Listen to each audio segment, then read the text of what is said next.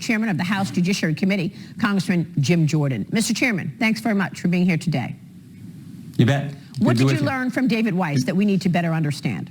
Well, it most certainly was a denial because he asked for it in the spring of 2022 and he wasn't given it. And he asked for it. The timing, I think, is important, Maria, because he asked for it right before he went to the U.S. Attorney in the District of Columbia to ask about partnering with the District of Columbia U.S. Attorney. And I asked him specifically, I said, when you ask to partner with another U.S. Attorney, what does that mean? He says, partner in prosecuting the case. So he asked the U.S. Attorney in the District of Columbia, can you partner with me to prosecute Hunter Biden in the District of Columbia? And guess what years that was focused on? Guess what that charge was going to be? That was going to be the tax years that dealt with the Burisma income, and the U.S. Attorney told him no. And at the same time, before he goes there, he asked, can I have special attorney status? And the Department of Justice turns him down. That, to me, is hugely significant because the Burisma years where all that income coming into Hunter Biden, that statute of limitation, they let it expire. And I think it expires because if they go there, that takes them right back to the White House, right back to Joe Biden. Well, I mean, I want to get your take on where we are in this. I know that you and your colleagues have sent out subpoenas this past week around this story for Hunter Biden, other family members. Tell us where that fits in terms of the impeachment inquiry. Well, overall, understand that I think that the large context is this is a tale as old as time. You got a politician who takes certain actions that benefit his family financially, and then there's an attempt to sweep it all under the rug, which is what we're investigating on the Judiciary Committee, how David Weiss handled this investigation. And we know they tried to sweep it under the rug because of two brave whistleblowers who came forward and gave their testimony, which, by the way, Maria, that testimony has stood up under cross-examination from the Democrats in the Oversight Committee. Every witness we've deposed has confirmed what Gary Shapley and Mr. Ziegler told us. So that's what we're looking at. But then we have these additional subpoenas that went out this past week to Hunter Biden, to James Biden, to Eric Schwerin. I want to talk to Kevin Morris. I want to talk to the guy who paid Hunter Biden's taxes, just come out of nowhere, paid all this tax burden that Hunter Biden had. I think there's a number of people we need to talk to. We will continue to do that. And as we build this case, as we look at this case and gather the facts. Well, if the DOJ has been covering all of this up for so long, then why wouldn't they cover up the subpoenas? I mean, will they get in the way of those people actually coming forth and talking with you on the record? No, I don't think so. I mean, everyone else has come forward. We've now, in Judiciary Committee, we've deposed 7 different people who were involved in the investigation of Hunter Biden. I think they will come forward and we will get that information. So I do. Even Abby Lowell said he expects Hunter Biden at some point to come tell his story, I think was the words that Hunter Biden's lawyer used.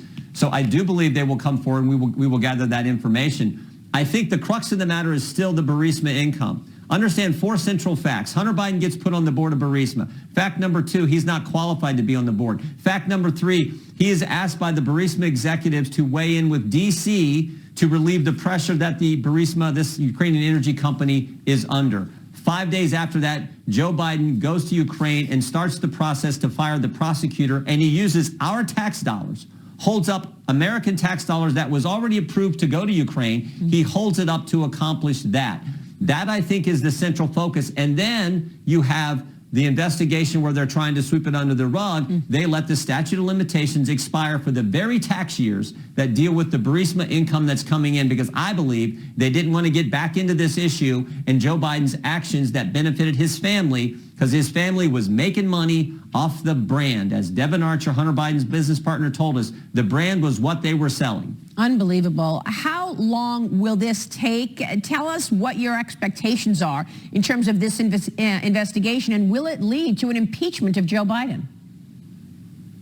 That's driven by the facts. I believe we will get the depositions and the interviews done in this calendar year and then make a decision early next year whether there are the evidence warrants going to articles of impeachment and moving to that stage of the investigation. But I think this year, November, December, we will depose all these people we still need to depose, and then we can make a decision. I'm most concerned, I think, over Biden's handling of China, given China's goal of overtaking the United States as the #1 superpower. And is he compromised in terms of making the right decisions for America's national security based on money he's taken from Chinese Communist Party members?